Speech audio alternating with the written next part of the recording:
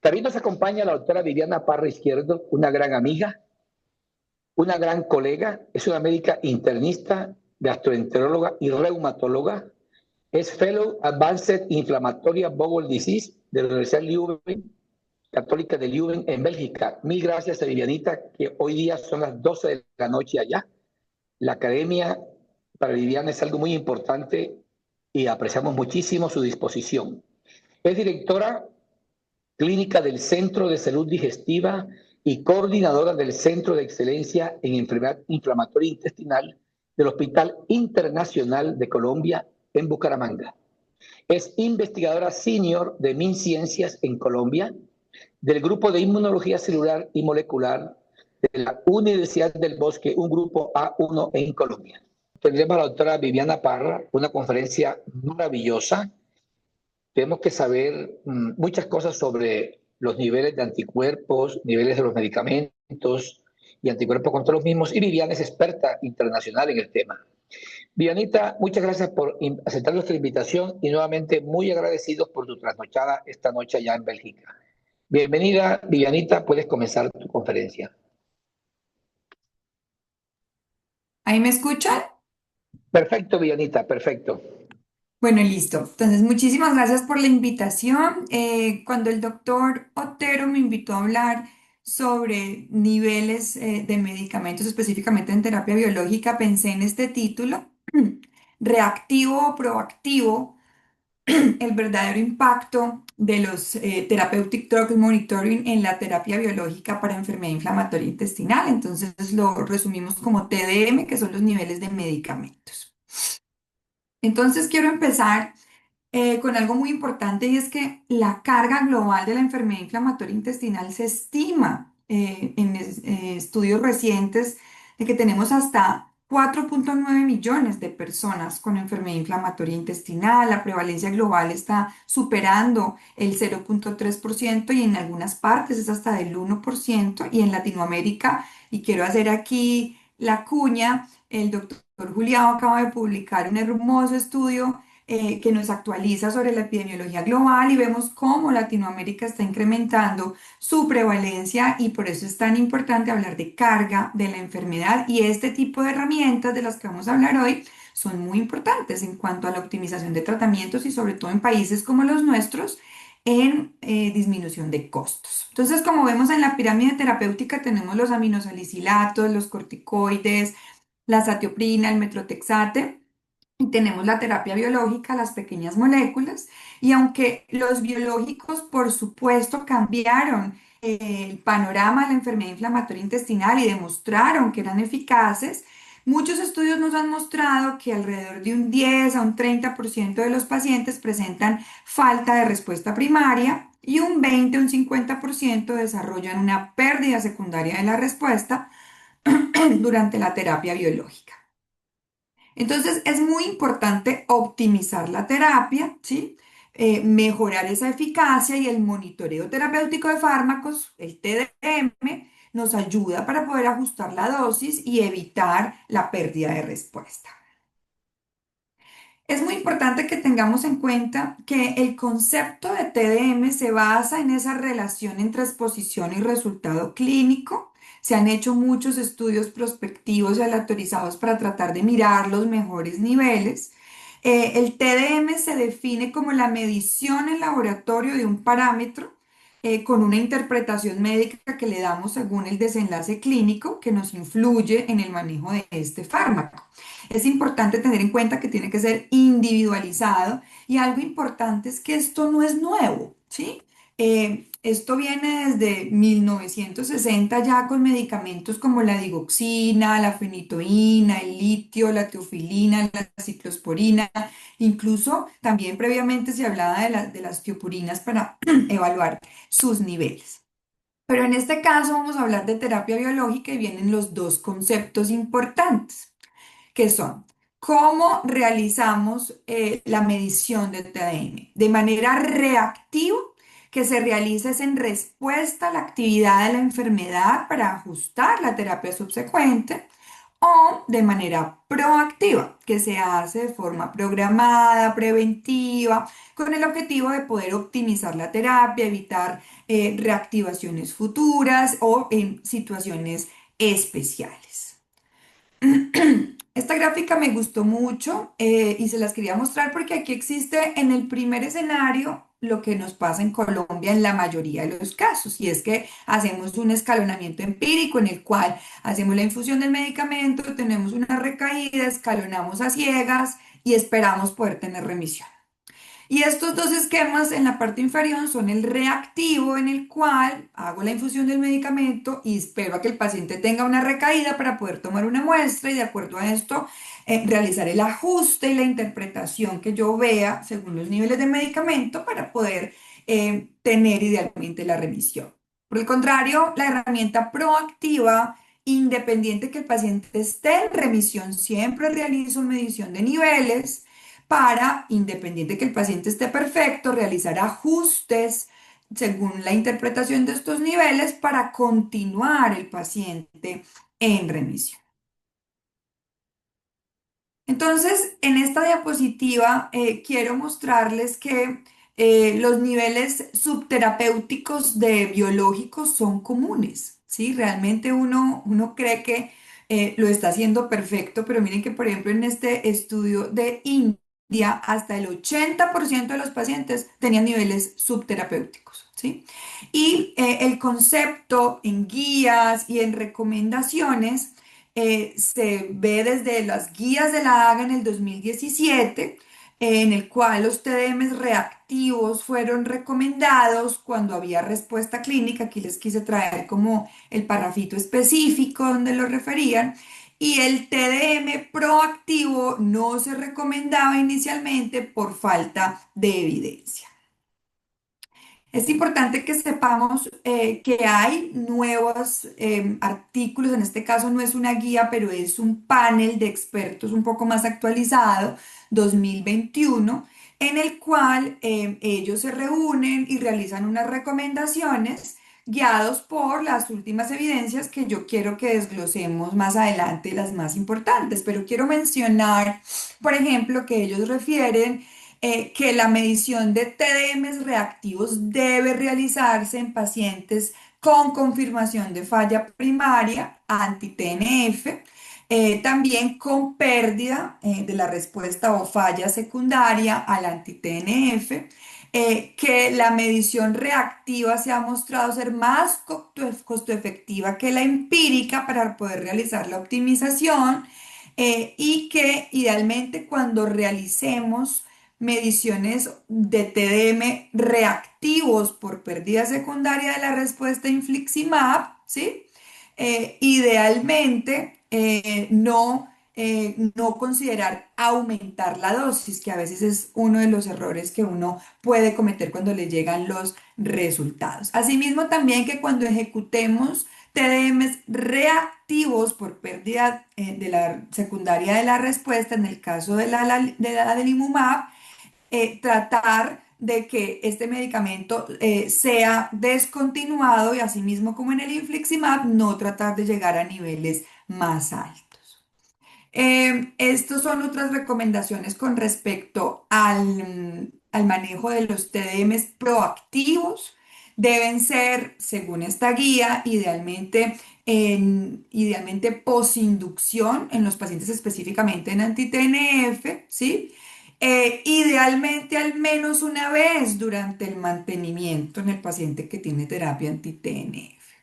Es importante tener en cuenta que siempre que usted haga un cambio reactivo, porque el paciente tuvo una recaída, ellos sugieren continuar haciendo mediciones de TDM proactivos en ese paciente que tiene TNF.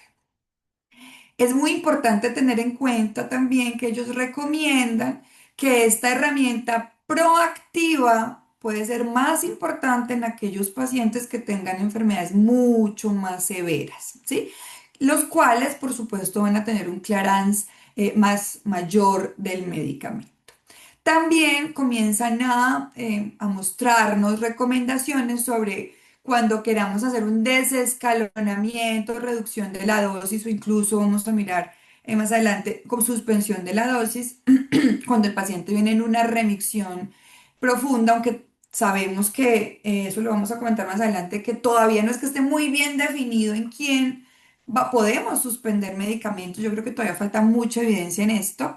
Sí se recomienda hacer una medición de TDM proactivas, o sea que si el paciente, por ejemplo, viene y le dice, vea, es que ya no quiero más, y la decisión va a ser de él, o ya llevamos 5 años en remisión, todo está perfecto, remisión profunda, pues entonces idealmente deberíamos tener mediciones, esto es de forma proactiva, para poder tomar la mejor decisión. ¿Qué pasa con los anticuerpos, antimedicamentos o antidrogas? Entonces, en este consenso refieren que estos anticuerpos antidroga son más frecuentemente relevantes o son clínicamente relevantes cuando no hay niveles de medicamentos. Entonces, eso le ayuda a uno porque a veces uno se confunde me llegó el nivel de medicamento y el de autoanticuerpos. Realmente parémosle bolas a los niveles de autoanticuerpos cuando no haya niveles de medicamentos. Y miren que eso lo aprendí acá, porque yo decía, pero ¿por qué no todo el mundo tiene autoanticuerpos y sí tienen niveles de medicamentos? Y es que aquí el laboratorio solamente le mide los anticuerpos cuando no hay niveles de medicamentos. Eso automáticamente lo hacen sin que el médico tenga que decir, pido los autoanticuerpos. Entonces es importante tener en cuenta ese contexto. Es importante también saber que los pacientes con falla secundaria o que hayan perdido la respuesta al anti-TNF usualmente tienen mayores niveles de anticuerpos contra el medicamento e idealmente si tenemos este tipo de autoanticuerpos tratar de hacer un switch de mecanismo de acción si lo tenemos presentes. Otra cosa que quería resaltar y es esta que tenemos aquí es que bajos títulos de anticuerpos antidroga, ¿sí? Que no los pueden reportar, eso también depende del laboratorio, no siempre significa que yo voy a suspender el medicamento. Entonces, si yo tengo ningún nivel de medicamento y tengo altos títulos de anticuerpos, pues ahí no hay nada que hacer. Pero si yo tengo niveles disminuidos, el paciente le falta todavía llegar a metas y tengo niveles presentes pero bajitos de anticuerpos, yo puedo. Por ejemplo, si el paciente no tiene azatioprina con el infliximab, reiniciarle la azatioprina, ¿sí? Incluso ya se plantea con adalimumab adicionar el inmunomodulador para tratar de mejorar esos niveles y disminuir la probabilidad de que aumenten los anticuerpos, ¿sí? Entonces es un dato importante.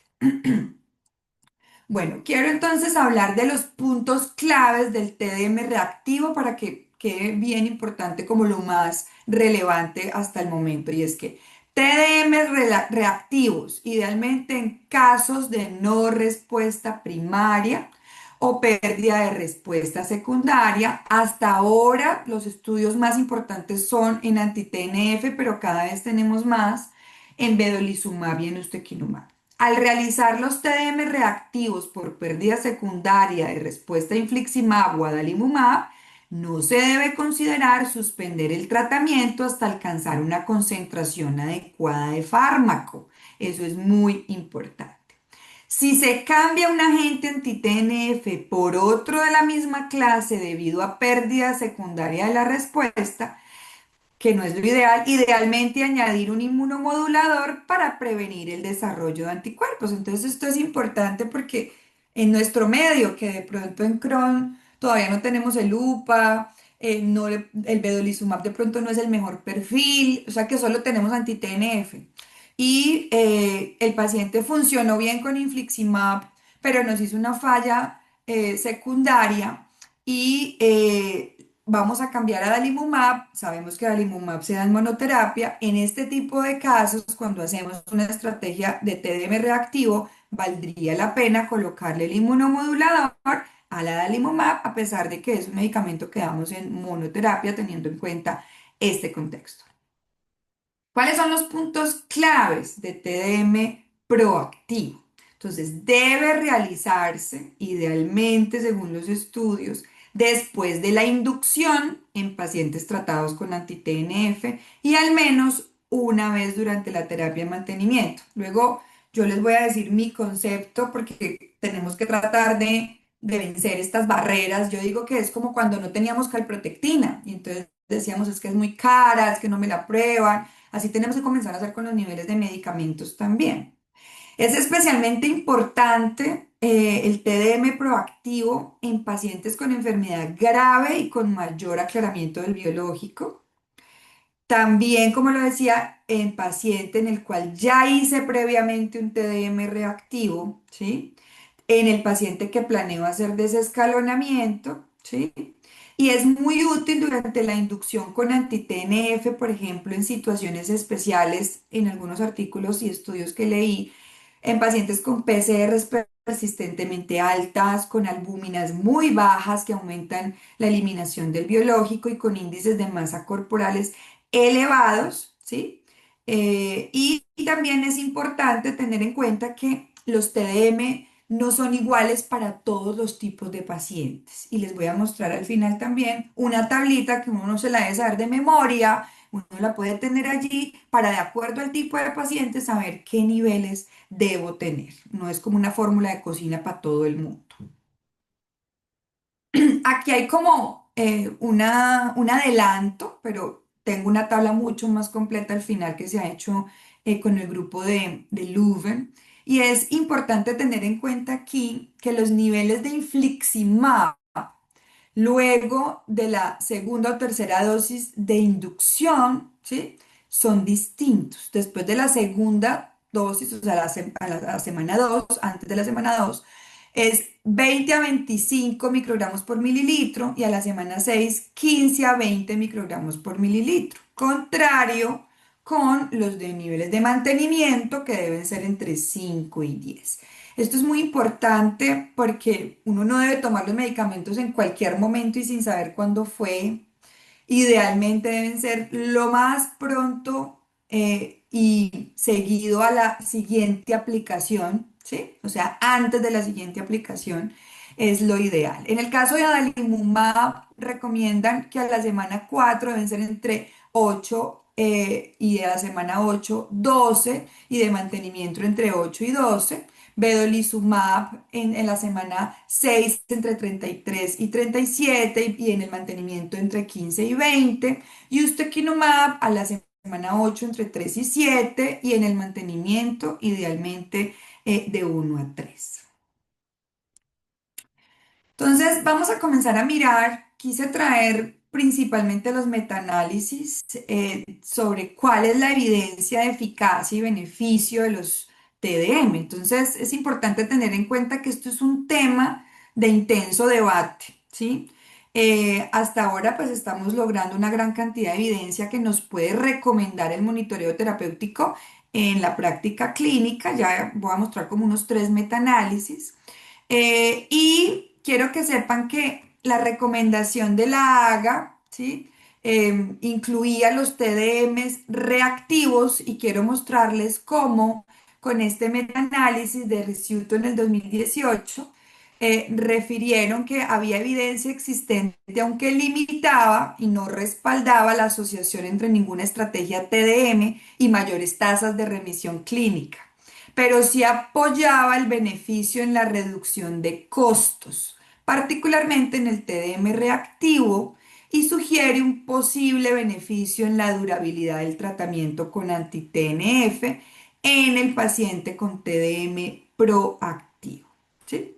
Entonces, cuando uno lee estos estudios, hay unos que dicen sí, otros que dicen no, pero vamos a ir evolucionando con los metaanálisis que van saliendo de cada año que nos van dando más información.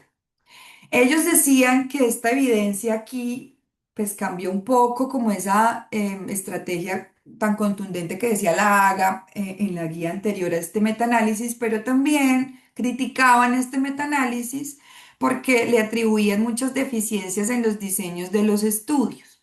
Entonces, sugerían más estudios prospectivos que ya los voy a mostrar, que ya pues han mostrado mejores resultados.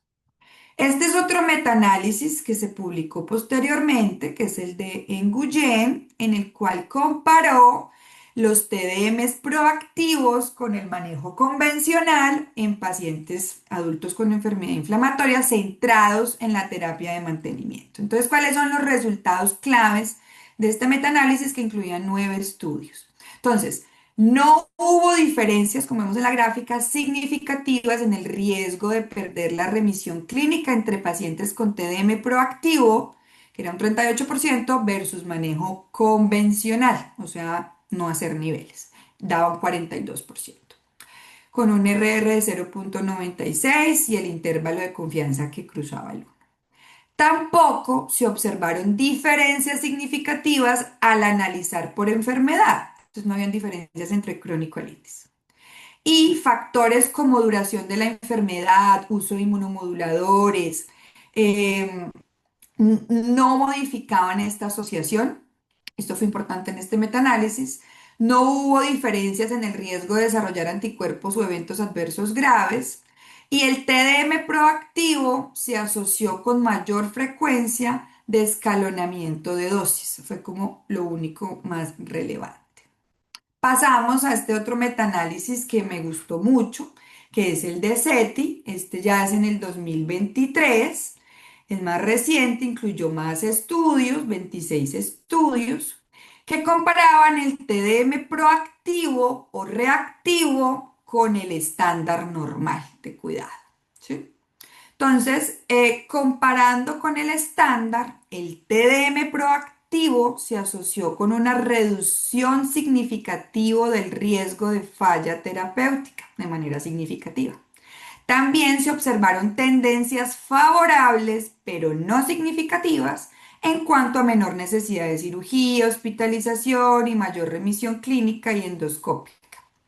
Al comparar el TDM reactivo con el proactivo mostró una reducción significativa, como lo vemos en esas dos gráficas, resaltado en rojito, en falla terapéutica y en hospitalización.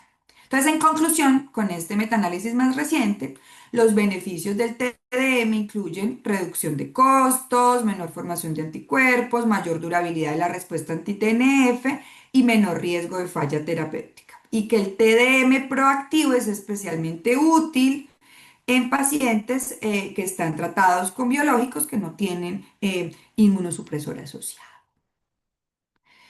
¿Qué pasa en la práctica clínica? A pesar del debate sobre su eficacia, revisando estudios europeos y de Estados Unidos, el TDM se utiliza ampliamente en la práctica clínica a nivel mundial. Nosotros porque tenemos unas grandes barreras, pero la idea es comenzar a tener evidencia propia. Eh, Dado que cada vez vemos que los biológicos pierden la eficacia en el tiempo y la idea es que podamos utilizar esta estrategia TDM desde el primer biológico para tratar de optimizarlo y de hacer el mejor manejo posible. Entonces, en la práctica clínica, en los estudios de vida real, TDM reactivo cuando hay falla terapéutica, TDM proactivo cuando hay alto riesgo de falla, como en estas condiciones que coloco allí, que es inflamación severa, obesidad, hipoalbuminemia o fístulas perianales complejas.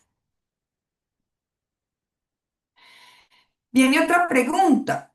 ¿Qué tanto en porcentajes lo usan y cuánto cuestan? ¿Sí? Entonces, tratando de buscar el uso de TDM por los gastroenterólogos clínicos en el Reino Unido, el 96,9% de los clínicos usa el TDM para la pérdida secundaria de respuesta y el 72,5% para no respuesta primaria y el 54,1% lo usa de manera proactiva. En Estados Unidos, el 90% de los clínicos usa TDM principalmente de forma reactiva para la pérdida secundaria de respuesta, en un 87%, y no respuesta primaria en el 66%, y solo en un 36% lo usan de forma proactiva. En la India, de pronto podemos parecernos un poco por limitaciones, solamente lo usan en el 20%, ¿sí? Y en Bélgica, preguntando a mis profesores, ellos usan el 95% de forma reactiva y 40% de forma proactiva. que es importante tener en cuenta costos. Por ejemplo, al último paciente que vi que le negaron los niveles de medicamento y los pagó particular, me dijo que habían costado 1.200.000 por Colcán. Aquí en Bélgica cuestan 25 euros. Esto no lo cubre el sistema de Bélgica, porque en Colombia sí hay EPS que les autorizan, solo que se les demora un montón y el paciente en medio de su desesperación lo quiere pagar, pero en Bélgica no lo cubren. Pero es muy barato, son 25 euros por los niveles y 25 euros por los anticuerpos. Pasamos acá a la siguiente. Entonces, también es importante tener en cuenta que los niveles de medicamento y promover esta herramienta también puede ser una estrategia de ahorro de recursos al pensar en la posibilidad de retiro de terapia biológica, aunque no hay una guía específica, ¿sí? Es importante como que lo tengamos en cuenta, pero también hay que conocer las tasas de recaída tras la suspensión. Y a veces porque el mismo paciente viene y nos pide, ¿para cuándo? ¿Cuándo me lo va a quitar? Ya llevo 10 años. Ya hay pacientes que tienen 20 años, 25 años, porque empezamos con los biológicos como desde el 2020, a finales de 1990, ¿sí? Entonces, es importante tener en cuenta que cuando tenemos monoterapia con inmunomoduladores, o sea, la satioprina, continuar la satioprina nos puede dar recaída en colitis hasta el 36% y en Crohn 28%, y si la suspendemos, aumentamos el riesgo de recaída en el 59% en colitis y 61% en Crohn. Ojo cuando tenemos inflixia inmunomodulador o anti-TNF inmunomodulador. Si suspendo el inmunomodulador, ¿sí? Tengo recaídas, tasa de recaídas por año del 29,5% comparados si lo continúo, 23,1%, no hay mucha diferencia. Y esa es como la principal estrategia que hacen aquí. Aquí siempre inician la satioprina con el infliximab, pero luego de 6 meses hacen los niveles proactivos y suspenden la satioprina. Uno acá casi no ve pacientes con azatioprina y no tienen ningún paciente en manejo de monoterapia con azatioprina. ¿Qué pasa cuando tenemos el anti-TNF más el inmunomodulador, pero decido suspender el anti-TNF en lugar del inmunomodulador? Tenemos el estudio Stop It y el SPARE que nos muestran 51% de recaída a las 48 semanas y 40% de recaída a los 2 años, y ya con estudios que nos muestran retratamiento, respuestas hasta el 96%. Antes nos decían que era como un 50%. Esto ha ido mejorando. Vamos entonces a mirar ahora estudios, porque ya les mostré que hay muchos metaanálisis con anti-TNF. Creo que la evidencia más robusta está con los anti-TNF, pero ¿qué pasa con los otros biológicos? Entonces, para vedolizumab y ustekinumab, por supuesto, definitivamente se necesita más evidencia. La relación entre exposición y eficacia ha sido sugerida con vedolizumab en el estudio Interpret y con ustekinumab en el estudio Stardust. Es importante tener en cuenta que en el Interpret, como vemos ahí en la gráfica, es con vedolizumab en pacientes con colitis y compararon una estrategia de optimización de dosis frente a la dosificación estándar en pacientes con alta depuración del fármaco y aquellos que mostraron una respuesta primaria nula a vedolizumab después de 5 semanas de terapia estándar, pero no lograron el objetivo primario, que fue cicatrización de la mucosa, ni tampoco lograron los objetivos secundarios, que fueron remisión clínica y respuesta clínica. Aquí les traje este estudio, esta diapositiva me gustó porque muestra diferentes estudios que se han hecho con vedolizumab y con ustekinumab, como muestro en las flechitas. Y pues acá básicamente lo que me gusta mirar es el área bajo la curva, ¿sí? Que recordemos mide la capacidad de un test para distinguir entre pacientes con o sin una condición, en este caso pues de acuerdo a los desenlaces que son mucosa healing o respuesta endoscópica, ¿sí? Y como vemos, pues si recordamos los valores, entre 0,5 y 0,6 es una mala capacidad para poder distinguir entre un paciente que tenga o no tenga mucosa Hili no respuesta endoscópica, entre 0,6 y 0,7 es regular, y entre 0,7 y 0,8 es aceptable, y 0,8 y 0,9 es buena. Ninguno tuvo buena.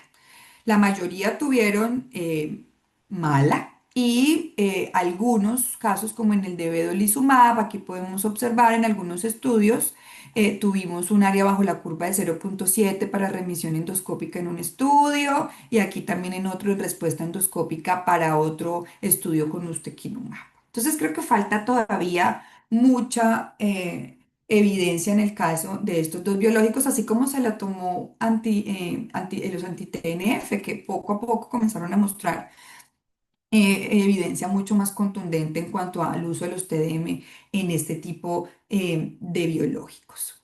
Es importante que tengamos en cuenta que también hay otros factores que nos pueden afectar la efectividad de estos biológicos y los niveles de medicamentos. Y no quería dejar de mencionar en esta charla la formación de autoanticuerpos en algunos pacientes que tienen unos haplotipos de HLA específicos, ¿sí? Aquí les traigo una tabla de un estudio en 612 pacientes con enfermedades autoinmunes inmunomediadas. Vemos que hay enfermedad inflamatoria, artritis reumatoide, psoriasis, espondiloartropatías, en el cual se identificó el haplotipo HLA de Q2 como un factor de riesgo genético significativo para el desarrollo de estos anticuerpos. Específicamente ahí les describo qué tipos de HLA de Q fueron los que triplicaban el riesgo de inmunogenicidad con estos anti-TNF en estos pacientes. Entonces, este hallazgo puede respaldar un poco estos análisis personalizados que sugieren pues que integrar este tipo de test nos pueden ayudar a optimizar la eficacia de este tipo de medicamentos. Hay que mirar costo-efectividad para pedir un HLA. Al menos sabemos que es solamente el HLA de Q, entonces uno podría de pronto pedirlo específicamente, eso depende de las EPS, porque en algunos nos dejan pedir el A, el B, el de Q, pero en otros hacen como toda la valoración de todos los tipos de HLA.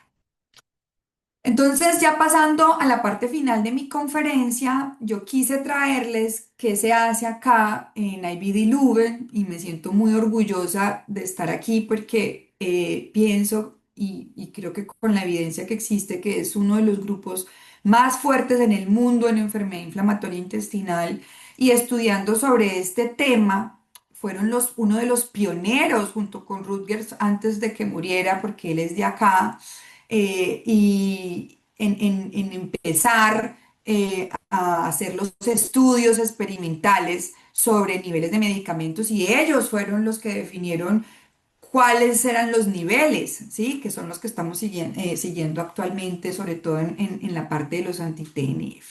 Entonces, quiero mostrarles en orden los más significativos porque tienen muchos, pero quiero mostrarles los que han cambiado un poco la conducta con el uso de los TDM. Entonces, vamos a empezar con el TAXIT estudio, que es básicamente con infliximab.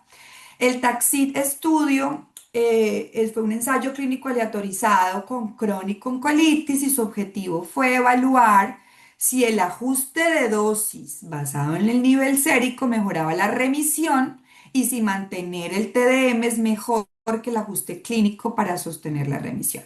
Entonces aquí les señalo tres gráficas con los tres resultados más significativos para mí de este estudio.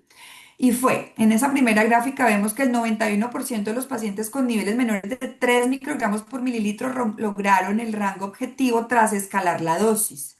Esto fue significativamente en Crohn, ¿sí? La remisión aumentó del 65 al 88% cuando optimizábamos a más de 3. Entonces vemos de dónde vienen esos niveles que nos recomiendan y vienen de aquí, de estos estudios que se hicieron en Leuven, específicamente con el Taxit. También el 93% de los pacientes con niveles mayores de 7 microgramos por mililitro lograron el rango objetivo tras reducir la dosis, ¿sí? Entonces nos ahorramos medicamento, reducción del 28% de costos. En colitis, sí no se observaron estos beneficios clínicos significativos. Vamos a la otra gráfica y es la fase de mantenimiento al año. Entonces, ¿por qué ahora las guías recomiendan que al menos hacer una medición en el mantenimiento? Entonces vemos cómo 66% en el grupo con ajuste clínico, 69% en el grupo con TDM continuo, aunque sin diferencias significativas. Lo sugiere, pero no tiene diferencias significativas. Vamos a ver más adelante en otros estudios. Y algo importante es que en esta tercera gráfica hubo menos recaídas con los TDMs continuos, un 17% con ajuste clínico versus 7% con los TDM. Entonces hubo menos recaídas y lo podemos ver ahí en la gráfica con un P de 0.018. Pasamos a este otro estudio. Entonces, lo quise traer porque me pareció muy curioso. Ellos se inventaron una plataforma de fibra óptica SPR, eso suena complicado, dice biosensor de resonancia de plasmón superficial por fibra óptica. Ellos hicieron esto aquí porque cuando uno está acá en Leuven, de lo que menos se habla es de lo normal y de lo usual. Nosotros hacemos reuniones todos los martes con todo el grupo de investigación y lo que menos hay son clínicos. Lo que más hay son farmacólogos, maestrías en biociencias, en ingeniería, están los 15 estudiantes de doctorado y aquí todo está mezclado con biología molecular, o sea, ellos integran todo eso y por eso la mayoría de sus estudios son de este tipo. Entonces, me pareció curioso este porque ellos inventaron así como un dispositivo para que el paciente cuando vaya a tomar a la consulta se tome los niveles de medicamento y ahí automáticamente le pueda dar en cuanto está, algo como muy práctico. Y mostraron, como vemos aquí en esta gráfica, ¿sí? Que el coeficiente de correlación interclase de 0.98, intraclase de 0.98 nos indica un altísimo grado de concordancia en este dispositivo que se inventaron con respecto a, a las mediciones por ELISA a nivel sérico. Esto no lo están haciendo ahora. Ellos se lo inventaron, mostraron los resultados, pero yo no veo que lo hagan en la práctica clínica. Ellos siguen midiendo los niveles por ELISA en el laboratorio. Pasamos al estudio Tylorix. ¿Por qué llegó el Tylorix? Llegó el Tylorix por los resultados del Taxid, ¿sí? Entonces, el Tylorix nos muestra monitorización terapéutica o ajuste por síntomas. Entonces ellos quisieron evaluar si el ajuste del infliximab basado en síntomas, biomarcadores y niveles séricos, ¿sí? Mejoraba los resultados en enfermedad de Crohn. ¿Por qué? Porque el Taxid mostró mejores resultados en Crohn. Entonces por eso ellos profundizan y miran qué más pueden sacar. Entonces acá tenemos quiero mostrarles aquí, ahí están las gráficas en las dos columnitas, ¿sí? En el cual vemos, en una está el grupo en el cual aumentaban 2.5 miligramos por kilo, ¿sí? De acuerdo a síntomas, biomarcadores y niveles séricos, o sea, las tres estrategias. En el segundo, aumentaban de 5 a 10 miligramos por kilo según niveles séricos más síntomas y en el control solamente con síntomas. Y no hubo diferencias significativas. La monitorización terapéutica proactiva no fue superior al ajuste basado en síntomas para lograr la remisión sostenida. Luego insistieron en el Tylorix, hicieron un post hoc de este estudio, mirando la asociación entre concentraciones de infliximab y remisión endoscópica. Entonces ya aquí esto me gusta mucho porque de aquí vienen también datos de cuándo en la inducción debemos hacer los TDM proactivos, ¿sí? Entonces a la semana 2, porque nosotros aplicamos infliximab 0, 2 y 6. Entonces, a la semana 2, concentraciones valle de 23.1 miligramos por litro fueron asociadas con remisiones endoscópicas a la semana 12, ¿sí? Y a la semana 6, las concentraciones valle mayores de 10 fueron asociadas con remisiones endoscópicas a la semana 12. Entonces, la relación exposición-respuesta durante el mantenimiento también la evaluaron y vieron que concentraciones mayores de 10.6 fueron asociadas con ausencia de úlceras a la semana 54. Entonces, con este se dieron cuenta de los niveles que se tenían que medir en la inducción y en el mantenimiento. También hicieron el estudio Stardust, que no lo mencioné previamente cuando hablé de los otros biológicos, porque quería dejarlo aquí en lo que se hizo en Leuven, y esto fue en cuanto a ustekinumab, ¿sí? Fue un poquito decepcionante. Ellos evaluaron la evaluación de una estrategia Treat to Target con ustekinumab en Crohn y miraban si esta estrategia Treat to Target basada en endoscopia temprana y ajuste de dosis con respecto a con medición de niveles era superior al tratamiento estándar. Fueron 440 pacientes y no se observó, como vemos en la gráfica, diferencias significativas en respuesta o remisión endoscópica entre los grupos, ¿sí? La respuesta clínica fue menor incluso en el grupo de Treat to Target, lo que sorprendió a los investigadores. Y ambos enfoques mostraron perfiles de seguridad similares, entonces importante tener en cuenta esto porque uno lo ve en la práctica clínica de ellos acá. Ellos hacen medición de niveles de los anti-TNF, de Bedo y de ustekinumab, pero cada vez está menos representado la toma de niveles con ustekinumab.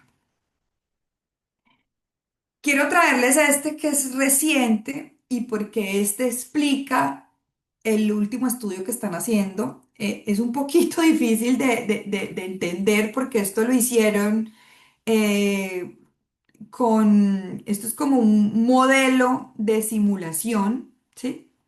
En el cual ellos lo justifican porque se han incorporado actualmente, y creo que es una realidad en Colombia también, y es importante tenerlo en cuenta, las fórmulas subcutáneas de infliximab y las fórmulas subcutáneas de vedolizumab, ¿sí? Pero nos preguntamos, ¿qué pasa con los niveles de medicamentos, ¿sí? ¿Los debemos medir antes de tomar la decisión de pasarlo a subcutáneo o no? ¿Cómo son los desenlaces? También recuerden que nosotros el mantenimiento de los endovenosos los hacemos luego a las 8 semanas después de la inducción endovenosa, ¿sí? Es lo mismo para el subcutáneo. Vamos a ponerle la 0, 2 y 6 de Inflixi, de Vedo, y luego le ponemos el subcutáneo a las 8 semanas. Entonces vienen muchas preguntas y por eso ellos quisieron hipotetizar el monitoreo terapéutico de fármacos para guiar al clínico en el manejo de endovenoso a subcutáneo, ¿sí? No hay recomendaciones claras actualmente, eso es importante tenerlo en cuenta. Entonces ellos hicieron esta simulación farmacocinética poblacional. Esto es un poquito difícil de entender. Entonces ellos, quiero mostrarles en las gráficas, aquí les muestro. Entonces aquí vemos en la gráfica. Aquí tenemos la A, ¿sí? De Inflixi y aquí vedolizumab, estas dos a nivel de la izquierda, que muestran cómo cambian los niveles en sangre a lo largo del tiempo cuando un paciente cambia de infliximab, en el caso de infliximab 5 miligramos por kilo, ¿sí? Cada 8 semanas a subcutáneo 120 miligramos cada 2 semanas, ¿sí? Entonces aquí vemos cómo ya se logran los niveles, igual aquí en vedolizumab, ¿sí? En el cual también se observa cuando cambiamos los niveles a vedolizumab subcutáneo. Es importante tener en cuenta que las líneas horizontales son las que nos marcan los niveles mínimos en sangre y luego, casi no entiendo esta gráfica, cuando se las pregunté a ellos me decían que la línea verde, esta y esta de acá, de Inflixi y de vedolizumab, muestra una relación matemática entre ambos, ¿sí? Los subcutáneos y el endovenoso, y la sombra verde indica los niveles subcutáneos a esperar si el paciente tenía un nivel específico de niveles endovenosos, ¿sí? Entonces, en conclusión, ¿esto por qué es importante? Porque incluso aquí, y quiero que lo vean porque es un poquito más fácil de entender, uno ve que cuando cambia y hace el switch a subcutáneo luego de 2 semanas, hay niveles de medicamento buenos, igual a las 4 semanas. Pero cuando lo cambiamos a las 8 semanas, tanto en infliximab como en Bedo, vemos que nos demoramos un poquito más en llegar a los niveles adecuados, ¿sí? Entonces, en conclusión, este estudio de simulación farmacocinética poblacional para los clínicos, porque esto lo hicieron, fueron los de biociencias junto con el grupo de Ivy y Leuven, Es una herramienta que nos ayuda a monitorear los pacientes y guiar la toma de decisiones sobre la estrategia de dosificación óptima, ¿sí? Algo muy importante que ellos sugieren aquí es que con este estudio, idealmente cambiar a las 4 semanas después de la inducción en lugar de a las 8 semanas es una forma de alcanzar los niveles terapéuticos más rápidos, evitando el riesgo de subexposición temporal. Sin embargo, necesitamos estudios clínicos en pacientes para poderlo mirar, ¿sí? Pero entonces de aquí viene la evidencia o el prototipo, la simulación que nos sugiere, venga, si usted tiene el paciente semana 0, 2 y 6 con infliximab, no le ponga el subcutáneo a las 8 semanas, sino a las 4. ¿Por qué? Porque si no se va a demorar un poquito más en alcanzar los niveles y podemos tener ahí un riesgo de recaída. Y por eso están haciendo el Amaretto Trial. Actualmente ellos están reclutando pacientes para este estudio, para evaluación de pacientes con infliximab subcutáneo en pacientes con enfermedad inflamatoria intestinal previamente optimizados, porque ellos dicen, oiga, no es lo mismo que usted, por ejemplo, tenga un paciente con infliximab, como lo que nos va a pasar a nosotros, porque tenemos muchos con infliximab endovenosos y los pusimos ya acá 4 semanas, 10 miligramos por kilo, ya logramos remisión, lleva 2 años de remisión y el señor quiere cambiar a subcutáneo, lo queremos cambiar a subcutáneo, pero no es lo mismo si yo cambio a subcutáneo un paciente que está optimizado previamente con endovenoso que un paciente que tiene el infliximab a 5 por kilo cada 8 semanas. Ellos quieren mirar qué pasa. Entonces es comparar si la administración semanal de infliximab subcutáneo, 120 miligramos, porque normalmente es cada 2 semanas la conducta con el infliximab subcutáneo, quieren tratar de saber si poniéndolo cada semana en esos pacientes optimizados con el endovenoso previamente, mejora los desenlaces clínicos y biológicos frente a la administración, como dice el inserto del medicamento, que debe ser quincenal, ¿sí? En pacientes que ya venían en remisión y optimizados endovenosos. Entonces ellos están reclutando pacientes en toda Bélgica y este es el primer estudio en evaluar de forma sistemática el cambio de endovenoso optimizado a subcutáneo en vida real. Entonces, ¿qué hacemos aquí en Leuven? Estos son mis profesores, que me siento muy orgullosa, la doctora Severin Vermier, el doctor Marc Ferrante, el doctor Joao Sabino y el doctor Bran Berskov. Incluso esta mujer, yo creo que cuando yo sea grande digo que quiero ser como ella. Me parece la mujer más admirable del mundo, más trabajadora, sencilla. Y lastimosamente yo creo que se nos va la enfermedad inflamatoria porque es tan grande aquí que posiblemente va a ser la rectora de KU Leuven, que es la universidad más antigua de Europa. Y es una de las, son 3 candidatos y ella es la única médica. Hay un ingeniero, hay un abogado y está ella postulándose para ser rectora de esta enorme universidad que cumplió 600 años este año y que por eso el Papa vino a visitarnos. Entonces, qué lástima porque yo creo que el DW va a ser la última vez que veamos a Severín en un congreso de enfermedad inflamatoria porque ya está para otras cosas más grandes como dirigir esta universidad. Aquí, ¿qué hacen? Ellos hacen TDMs proactivos antes de la segunda y la tercera dosis de la inducción de anti-TNF y hacen a todos los pacientes una vez al año en el mantenimiento en anti-TNF. También lo hacen en enfermedades perianales severas y cuando sugieren o el paciente quiere, se interroga, va a haber alguna limitante, se va a suspender el medicamento por X o Y motivo para desescalonarlo o retirarlo. Y el reactivo lo realizan por ahora solo con anti-TNFs, vedolizumab y ustekinumab, aunque han dejado de hacerlo con ustekinumab por los resultados que les mostré del estudio STARTUS.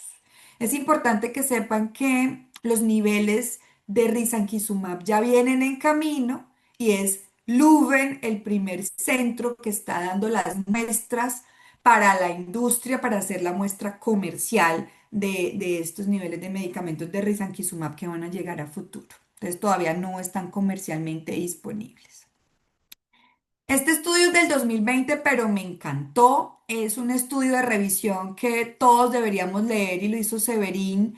Y es cómo, cuándo y quién debe realizar los niveles de medicamentos. Entonces está muy práctico. Ella le pone a uno unas tablitas y pone. Entonces, si usted tiene niveles altos de medicamentos, ni siquiera mire los anticuerpos, ¿sí? Entonces, definitivamente, pues no hay respuesta, hay falla, el mecanismo de acción, cambie de clase. Si usted tiene niveles adecuados, ¿sí? Tampoco es relevante los niveles de anticuerpos, ¿sí? Si se confirma que los niveles son adecuados, podría tratar de intensificar, puede individualizar el paciente de acuerdo a las concentraciones, porque acuérdense que tenemos concentraciones distintas de acuerdo a diferentes metas, que ya lo vamos a ver. Si tiene niveles bajos de medicamento y niveles de anticuerpos ausentes o en bajas dosis o intermedias, primero mire si el paciente es adherente, puede incrementar concentraciones y puede adicionar el inmunomodulador, como lo habíamos dicho antes. Si no tiene nada de niveles, ahí le van a reportar si hay niveles de autoanticuerpos. Si estos están ausentes, o intermedios, chequee adherencia, incremente concentraciones porque los niveles, pues los anticuerpos no están presentes, o si están en un rango bajito, adicione un inmunomodulador, ¿sí? O considere reinducir. Si son ausentes los niveles y altos niveles de autoanticuerpos, cambie de clase. Y esta es la tablita que nos muestra Severin en su artículo, que es la que debemos tener ahí como para definir de acuerdo a lo que queremos. Entonces ella pone, según todos los estudios publicados en cronicolitis, infliximab, adalimumab, vedolizumab y ustekinumab, que cuándo debo medirlos, primero que todo, en qué semana, y qué niveles debo alcanzar, por encima de qué nivel debo estar, si quiero remisión clínica, si quiero respuesta, si quiero remisión endoscópica, si quiero respuesta bioquímica, ¿sí? Ahí están según los desenlaces. ¿Qué recomiendo yo en Colombia con mi experiencia y con la situación que tenemos en nuestro país? Primero, creo que tenemos que tratar, así como hicimos con la calprotectina en el pasado, de comenzar a pedirlos, que se vuelva más común, que las EPS nos los autoricen, que se vuelva más común que nos los den a tiempo para poder tomar decisiones idealmente en tiempo real, ¿sí? Entonces, yo sugiero hacerlos proactivos, pero pues no los podemos hacer como aquí, que los hacen a la segunda y a la tercera dosis, pero definitivamente en un paciente muy grave se recomiendan antes de la segunda dosis y en la mayoría antes de la tercera dosis, porque esto nos va a definir mucho si hay respuesta o no y para no perder tiempo. Idealmente, una vez al año en el mantenimiento. Idealmente en enfermedad perianal severa y sobre todo porque son, pues no tenemos muchos casos, pero cuando los tenemos son unos pacientes pesadilla y en ellos es bien importante tomar decisiones con TDMs proactivos. Y en aquellos pacientes que nos están comenzando a pedir desescalonamiento, esa puede ser una forma para yo poderle con argumentos decirle al paciente, no lo desescalono, o si usted se quiere desescalonar, ya es bajo su responsabilidad, porque con los niveles de medicamentos podemos predecir recaída. Y de manera reactiva, realizarlos por ahora solo en anti-TNF, porque tenemos disponibles para adalimumab y para infliximab. Y este es un resumencito como más fácil comparado con el otro, en cuanto a qué podemos necesitar de niveles idealmente para inducción en infliximab, mayores de 20 a 25 a la semana 2, semana 6 mayores de 10 a 15, y en el mantenimiento mayores de 3 a 7. En enfermedad perianal, idealmente mayores de 10. Y en adalimumab, en posinducción mayores de 5 a 7 y mantenimiento mayores de 5 a 8. Entonces, ¿cuáles son mis mensajes para llevar a casa? El TDM ha emergido como una herramienta clave en enfermedad inflamatoria en las últimas décadas, mejorando el manejo personalizado de la terapia biológica proporciona beneficios clínicos significativos como menor formación de anticuerpos, mayor durabilidad terapéutica y reducción de costos, que eso es algo que tenemos que comenzar a mostrar a nuestro sistema de salud. El TDM es especialmente útil en el seguimiento de infliximab, pero cada vez se está expandiendo a otros agentes biológicos. Debe emplearse de forma reactiva ante falla clínica y proactivamente en pacientes de alto riesgo para optimizar los resultados. Se requiere mayor evidencia sobre su impacto en curación endoscópica, reducción de cirugías, porque todavía no hay muy buenos resultados en esto. Y tenemos actualmente unas barreras por disponibilidad limitada, costos o desconocimiento, porque a veces uno dice, oigan, este paciente me los está autorizando la EPS, yo por qué no lo estoy haciendo bien, ¿sí? Para poder hacer una integración efectiva a la práctica clínica. Muchísimas gracias.